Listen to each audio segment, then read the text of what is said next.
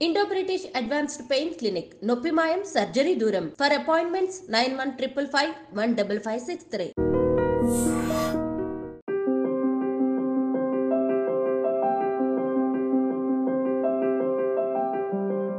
Yes, all right.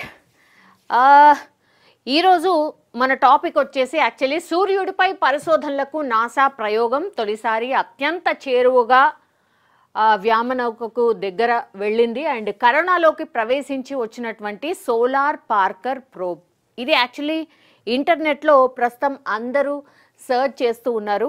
Actually అది exactly picture solar Parker Proba సూర్యుడికి అత్యంత దగ్గరగా వెళ్ళిందనమాట. సో ఉపరితలంపై ఎంత వేడి ఉంటుందంటే 6000 డిగ్రీల సెంటిగ్రేడ్ ఉంటుంది. సో ఇది ఒకసారి చూద్దాం వాట్ ఈజ్ ఇట్ అనేది ఒక్కసారి నేను చెప్పే ప్రయత్నం చేయబోతున్నాను. సూర్యుడిపై పరిశోధనలకు అమెరికా అంతరిక్ష పరిశోధన సంస్థ నాసా ప్రయోగించినటువంటి పార్కర్ సోలార్ ప్రోబ్ వ్యామనౌక చరిత్ర క్రియేట్ చేసింది. నిప్పులు కురిపించే సూర్యుడికి అత్యంత సమీపంగా వెళ్ళి అక్కడి నుంచి సురక్షితంగా వెలుపలికి వచ్చినట్టు నాసా తెలియజేసింది. సూర్యుడు ఎంత వేడిగా ఉంటాడో మనందరికీ తెలిసిందే. అట్లాంటిది ఈ ప్రయోగం యాక్చువల్లీ ఒక రకంగా సక్సెస్ అయినట్టే. బికాస్ సూర్యుడికి అత్యంత దగ్గరగా వెళ్ళి అగైన్ బ్యాక్ వచ్చింది. అంటే సూర్యుడికి దగ్గరగా వెళ్ళినప్పుడు ఏమైనా జరగవచ్చా ఏంటా అని నాసా ప్రయోగం అదే. కాబట్టి సూర్యుడికి దగ్గరగా వెళ్ళడం అండ్ బ్యాక్ రావడం కూడా జరిగింది. ఒక రకంగా సక్సెస్ సాధించినట్టే. సో ఈ ఘనత సాధించినటువంటి తొలి వ్యోమనౌకగా రికార్డులోకి ఎక్కింది. సూర్యుడికి అత్యంత చేరువగా మానవ ప్రయోగిత వ్యోమనౌక వెళ్ళడం ఇదే తొలిసారి. సో సూర్యుడి పైన ఏదైతే ప్రయోగం మనం చేయాలనుకున్నామో ఇంతవరకు ఎవరు కూడా చేయలేదు. అట్లాంటిది మనము చేయగలిగాం అండ్ ఇది ఒక చరిత్ర.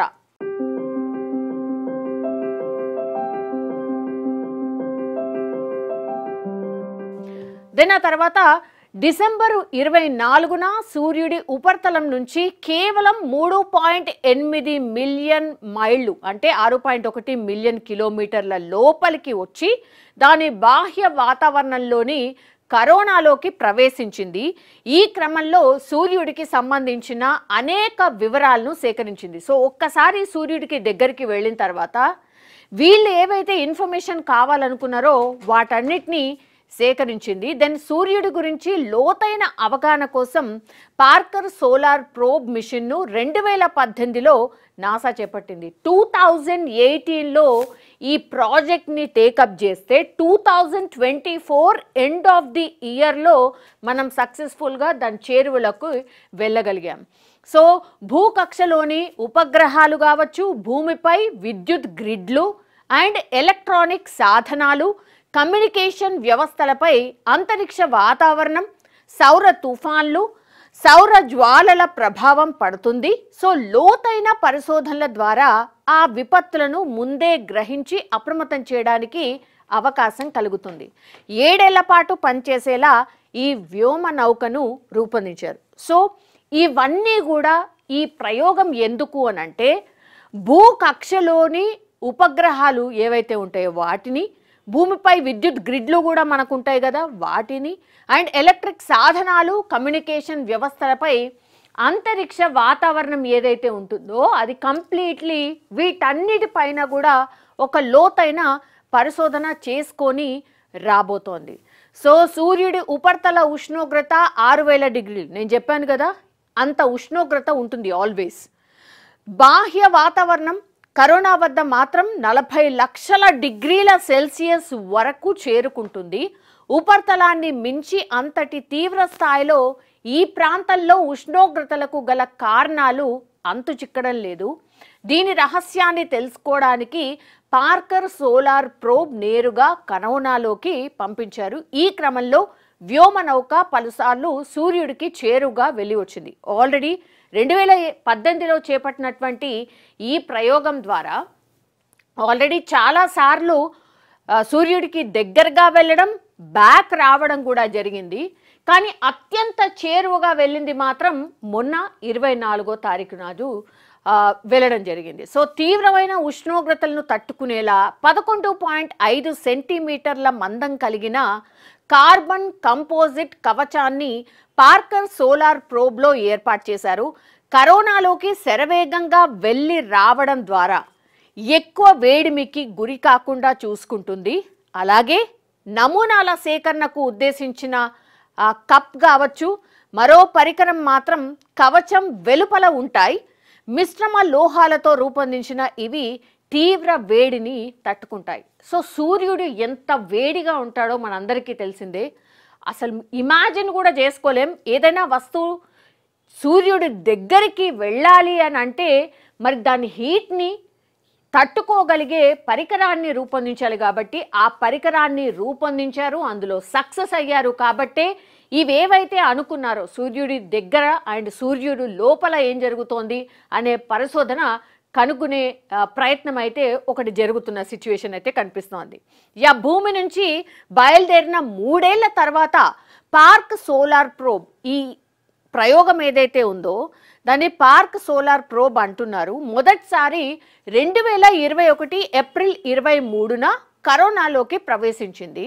ఇప్పటి వరకు సూర్యుడికి చేరువగా 21 సార్లు ఆల్రెడీ వెళ్ళింది. కానీ డిసెంబర్ 24న మాత్రం అత్యంత దగ్గరగా వెళ్ళింది. సూర్యుడి భూమికి మధ్య దూరం 1 మీటర్ అని భావిస్తే ఈ ప్రోబ్ సూర్యుడికి 4 సెంటీమీటర్ల మేర చేరుగా వెళ్ళింది. 4 centimetres. Can you imagine? Almost ఇక సూర్యుడిని టచ్ చేసింది అనుకోవచ్చు. 4 సెంటీమీటర్లు అంటే ఎంత? సో సూర్యుడికి సమీపంగా వెళ్ళిన తర్వాత ఈ వ్యోమ నౌకతో సంబంధాలు నిలిచిపోతాయి. అంత దగ్గరగా వెళ్ళిన తర్వాత ఈ వ్యోమ నౌక ఏదైతే ఉంటుందో అలాగే సెట్ చేసి ఉన్నారు సైంటిస్టులు కూడా. సూర్యుడికి దగ్గరగా వెళ్ళగానే పూర్తిగా దీని ఫంక్షన్ అంతా కూడా పూర్తిగా ఆగిపోతుంది. అంటే వాట్ ఎవర్ ఇన్ఫర్మేషన్ కావాలో అక్కడ ఆ సిస్టమ్ ఆగిపోతుంది. కరోనా నుంచి వెలుపలికి వచ్చాకే మళ్ళీ కమ్యూనికేషన్ పునరుద్ధరణ జరుగుతుంది. సో ఒకసారి లోపలికి వెళ్ళిన తర్వాత, సూర్యుడు లోపలికి వెళ్ళిన తర్వాత కమ్యూనికేషన్స్ పూర్తిగా తెగిపోతాయి. అండ్ వాట్ ఎవర్ అంటే పరిశోధనలు చేస్తున్నటువంటి పూర్తిగా ఆ సిస్టమ్ నుంచి పూర్తిగా కమ్యూనికేషన్ నిలిచిపోతుంది. దాని తర్వాత ఎప్పుడైతే కరోనా నుంచి బయటకు వస్తుందో అప్పుడు అగైన్ ఫంక్షనింగ్ స్టార్ట్ అవుతుంది.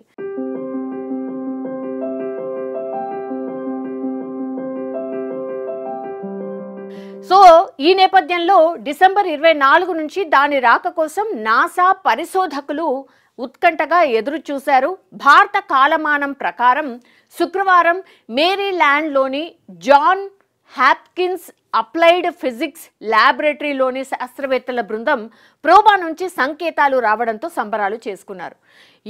సో సైంటిస్టులు ఏదైనా పరిశోధనలు చేసినప్పుడు పాపం వాళ్ళన్నీ కూడా ఇవన్నిటినీ సెట్ చేసుకొని ఒక ప్లాన్ ప్రకారం ఎలా ఫంక్షన్ అవుతుంది ఏంటి అనేది చాలా వరకు చూస్తూ దాన్ని కమ్యూనికేట్ చేస్తూ ఒక ఉత్కంఠ ఎదురు చూస్తుంటారు. కొన్ని ఇయర్స్ పాటు వీళ్ళందరూ కూడా ఒక పరిశోధన కోసం వర్క్ చేస్తారు. కాబట్టి అది సక్సెస్ అయిన తర్వాత నిజంగానే సంబరాలు చేసుకునే సిచ్యువేషనే ఉంటుంది. ఎందుకంటే సూర్యుడి మీద ఇంతవరకు పరిశోధనలు ఎవరు చేసినా వాళ్ళు ఫెయిల్యూర్ అయ్యాయి. బట్ మనం ఈ సైంటిస్టులు వెళ్ళగలిగారు అండ్ సూర్యుడి మీద ఏం జరుగుతుంది అని కనుగొనగలిగారు. డెఫినెట్లీ వాళ్ళకు ఒక సంతోషమైన మూమెంటే.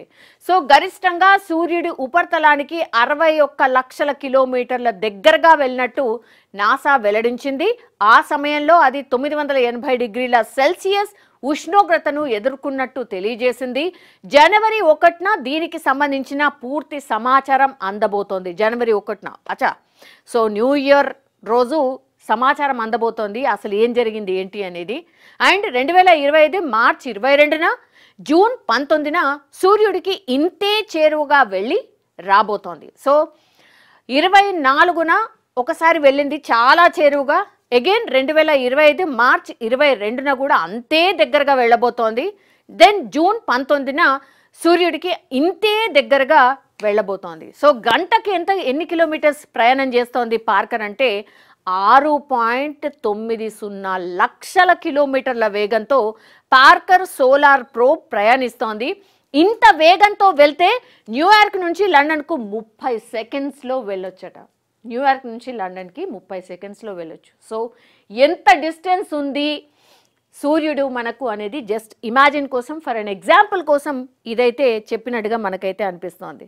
సో ఈ వేగానికి సూర్యుడి నుంచి విడుదలయ్యే భారీ గురుత్వాకర్షణ శక్తే ఇందుకు కారణం అంటూ సైంటిస్టులు పూర్తిగా కనుక్కున్న సిట్యుయేషన్ అయితే కనిపిస్తోంది. సో సోలార్ పార్కర్ ప్రోబా ఇది మన సూర్యుడిపై పరిశోధనలకు అమెరికా అంతరిక్ష పరిశోధన సంస్థ ఏదైతే ప్రయోగించినటువంటిది పార్కర్ సోలార్ ప్రోబ్ ఉందో ఇది కొంతవరకు అయితే ఒక పాజిటివ్ సిగ్నల్ అనుకోవచ్చు. బికాస్ సూర్యుడి మీద కొంతమేర ఏముంది ఏంటి కనుక్కునే ప్రయత్నం అయితే ఒకటి జరిగింది.